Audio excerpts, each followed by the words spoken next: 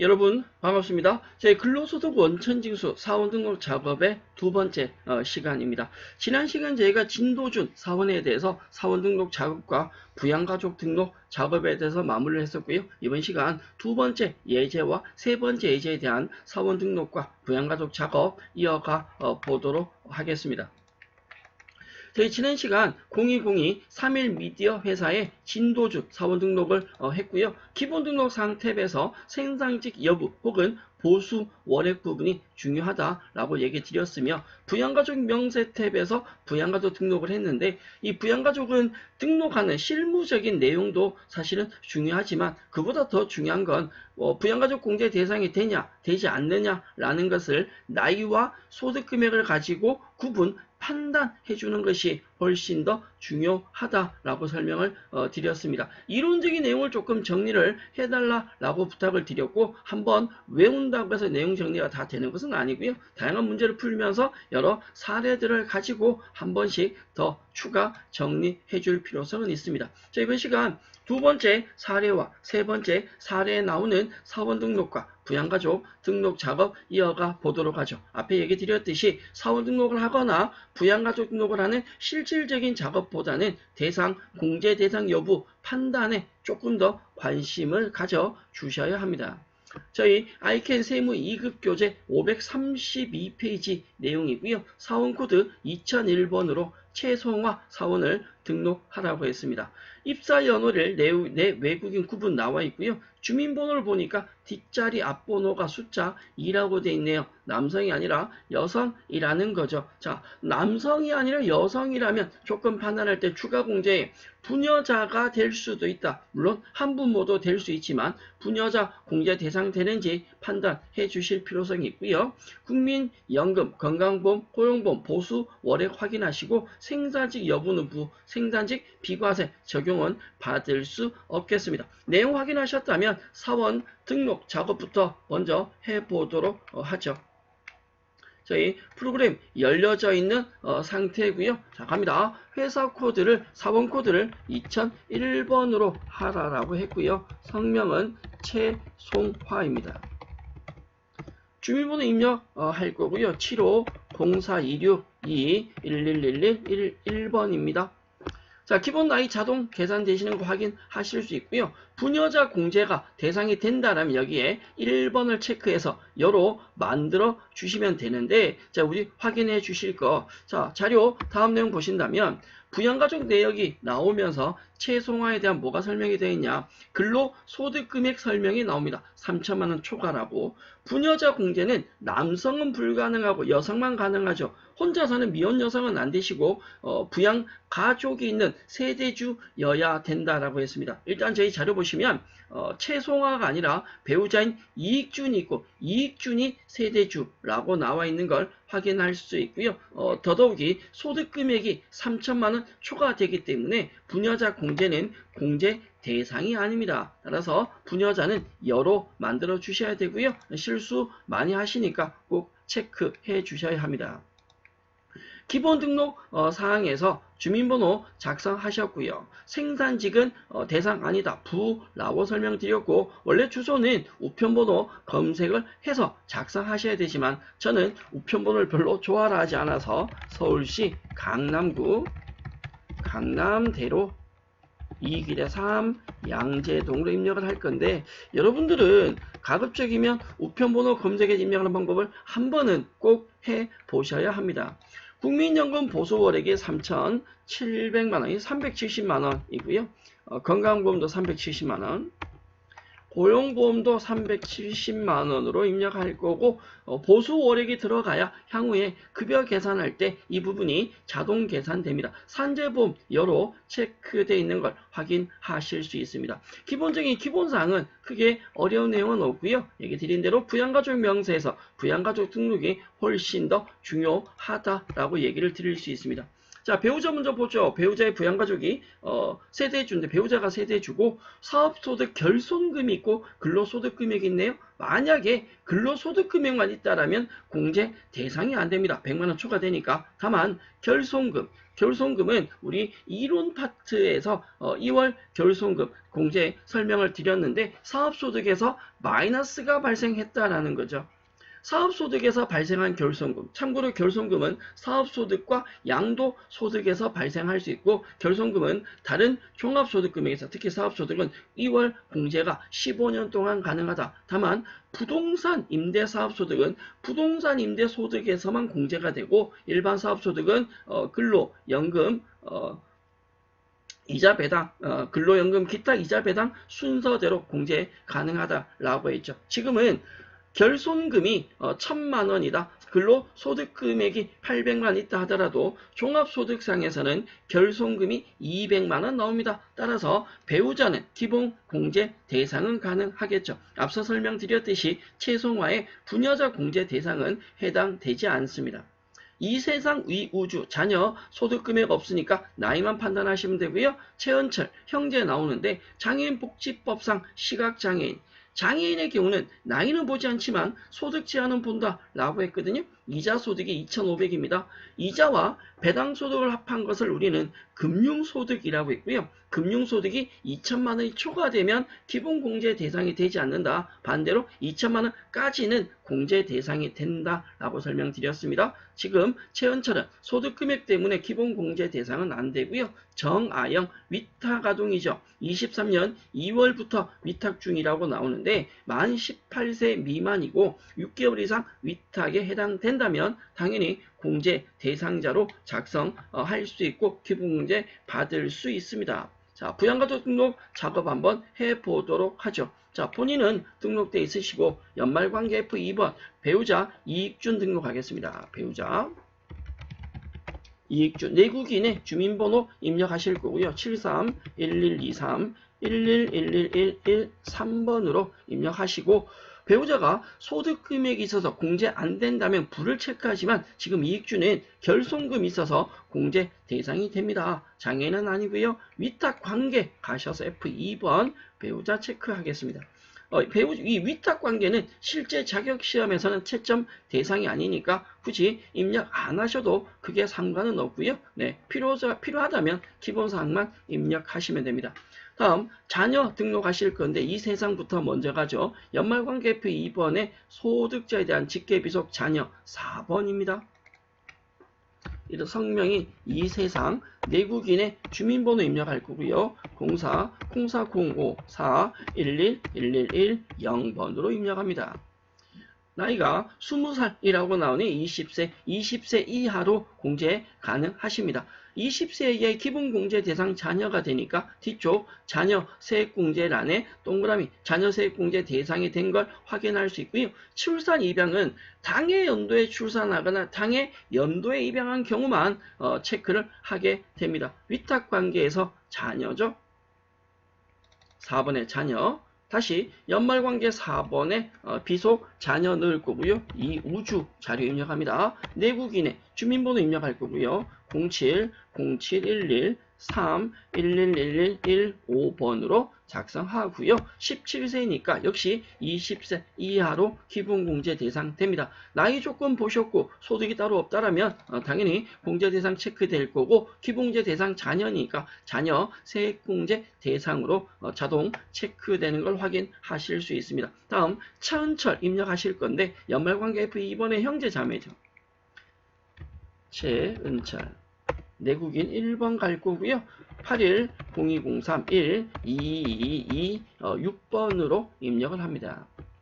자, 최은철은 나이가 43세니까 나이만 보면 공제 대상이 될 수 없어서 불로 나옵니다. 만약에 최은철이 장애인이고 소득 금액이 100만 원 넘지 않는다면 장애인으로 공제 가능하겠죠. 지금은 소득 금액이 금융소득이 2천만 원 초과하기 때문에 공제 대상이 안 됩니다. 따라서 장애인 공제도 받을 수가 없습니다.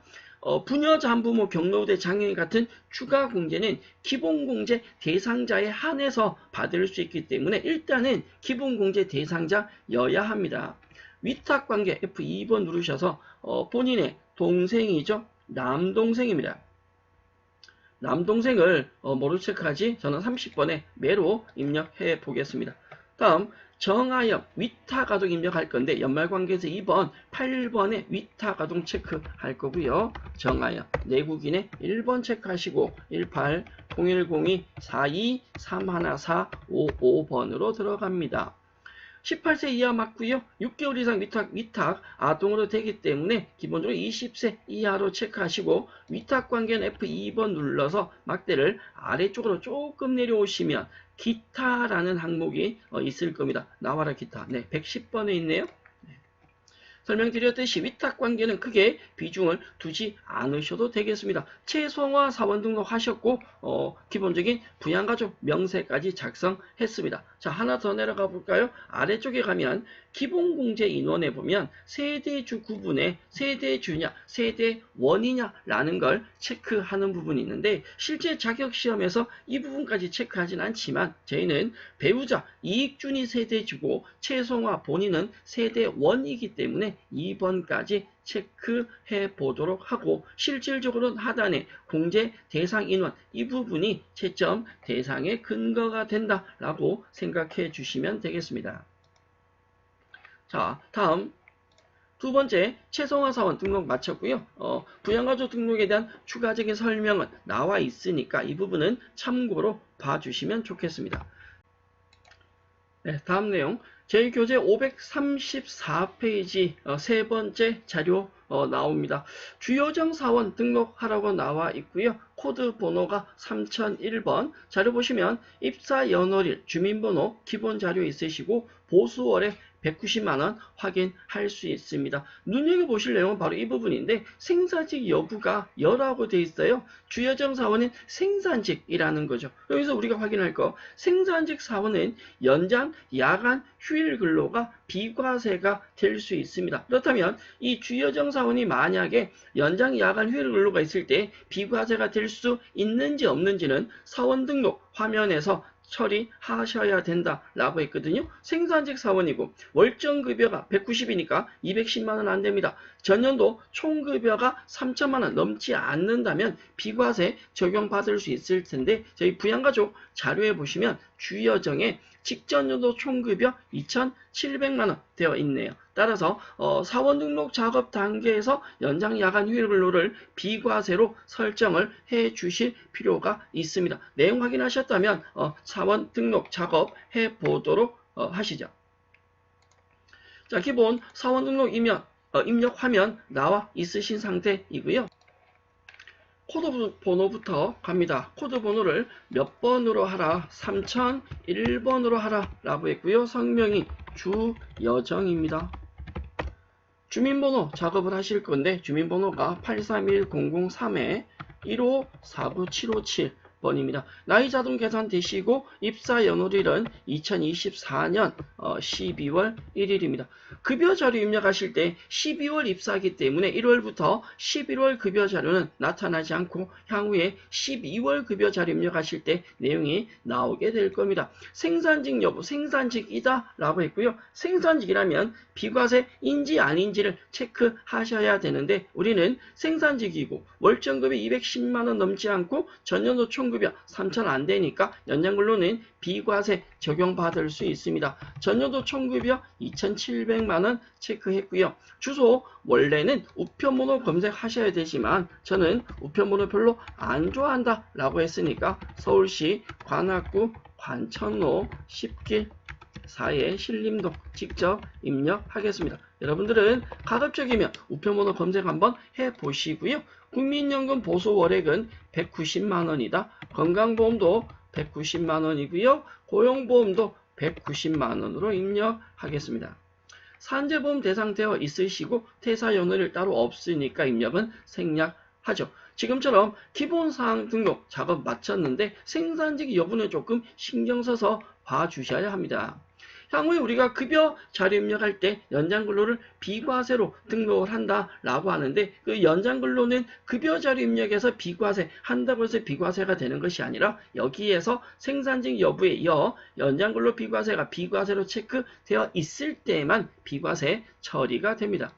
부양가족 명세 탭 가셔서 부양가족 등록할 때 본인부터 먼저 본인이 주여정 남성이니까 부녀자 해당 아니고 한부모는 될 수 있죠. 내용 확인 한번 해보시면 부양가족 내용을 보면 주여정은 자녀가 있기는 하지만 보다시피 배우자가 있네요. 배우자가 없는 상태에서 기본공제 대상 자녀가 있을 때 한부모 공제되니까 지금은 한부모와는 상관없겠습니다. 추가적인 자료 부양가족 확인 한번 해보시죠. 먼저 박연진 엄마입니다. 모친이네요.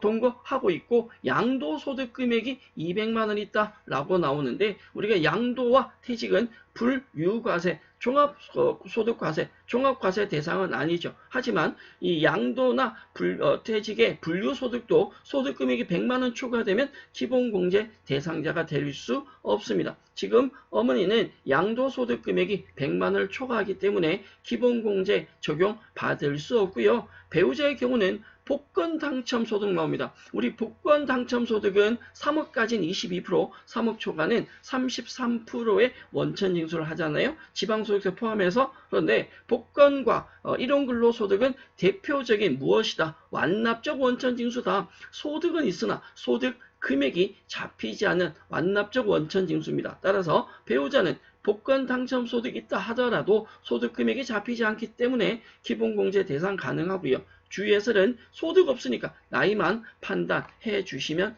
되겠죠. 자료 보셨다면 입력해 보도록 하겠습니다. 먼저 연말관계 F2번 누르시고요. 엄마 소득세 집계 존속이죠. 박연진 입력합니다. 내국인의 주민번호 입력할 거고요. 5124-2870-987번입니다. 엄마 나이가 69세이시네요. 60세 이상 해당 됩니다. 기본공제 적용 받을 수 있는 조건은 되지만 나이 조건은 되지만 소득 금액이 양도소득 금액이 100만원 초과로서 공제 안 되기 때문에 0번에 부 선택해 주시고 위탁관계 F2번 눌러서 모 3번 체크합니다. 자, 배우자 등록하러 가시죠. 연말관계 F2번 눌러서 배우자 3번 체크합니다. 배우자 이름이 문동은이고요. 내국인의 주민번호 입력합니다. 851120-2634-568번으로 입력하고요. 배우자는 나이는 고려하지 않는다. 소득 금액만 보는데 복권 당첨 소득만 있으니까 배우자로 공제 가능하시고 위탁관계 F2번 누르셔서 배우자 체크를 합니다. 자, 마지막 자녀 가시죠. 주예솔 직계비속 자녀입니다. 4번이고요. 주예솔 내국인의 주민번호가 112-0505-4186-453번입니다. 12살 20세 이하이고 위탁관계는 F2번 눌러서 자녀 체크하시면 되는데 기본공제 대상 20세 이하 자녀이기 때문에 자녀 세액공제는 자동 체크되는 걸 확인하실 수 있습니다. 출산 입양은 누차 얘기 드렸듯이 출산 입양은 당해연도 이루어진 출산이나 당해연도 입양이 있을 때만 체크하시는 거고 하단 주여정이 세대주이니까 세대주 체크되는 거 확인하시고요. 추가공제, 기본공제, 기본 인원이 이런 식으로 정리가 된다라고 설명을 드릴 수 있습니다. 제 교재 내용 보시면 세 번째 자료 주여정 사원에 대한 기본적인 내용 정리되어 있으니 참고로 봐주시면 좋겠습니다. 이번 시간은 지난 시간에 이어서 사원 등록과 부양가족 두 번째, 세 번째 자료 실습해 주셨습니다. 기본 내용은 입력을 자꾸 반복하시면서 추가 학습을 해 주셔야 되고 제 교재에 있는 유형별이나 기출문제를 통해서 추가적인 자료들은 정리해 주시면 좋겠습니다. 문제 푸시면서 궁금한 거, 어려운 점은 항상 댓글로 질문 남겨주시면 답변 상세히 드리겠다 약속합니다. 질문은 참 좋은 습관입니다. 부양가족 사원 등록 작업에 대해서 학습했고요. 저희는 다음 시간 급여 자료 입력, 수당 공제 등록을 통해서 급여 자료 입력 예제 가지고 다시 만나도록 하겠습니다. 여러분 수고하셨습니다.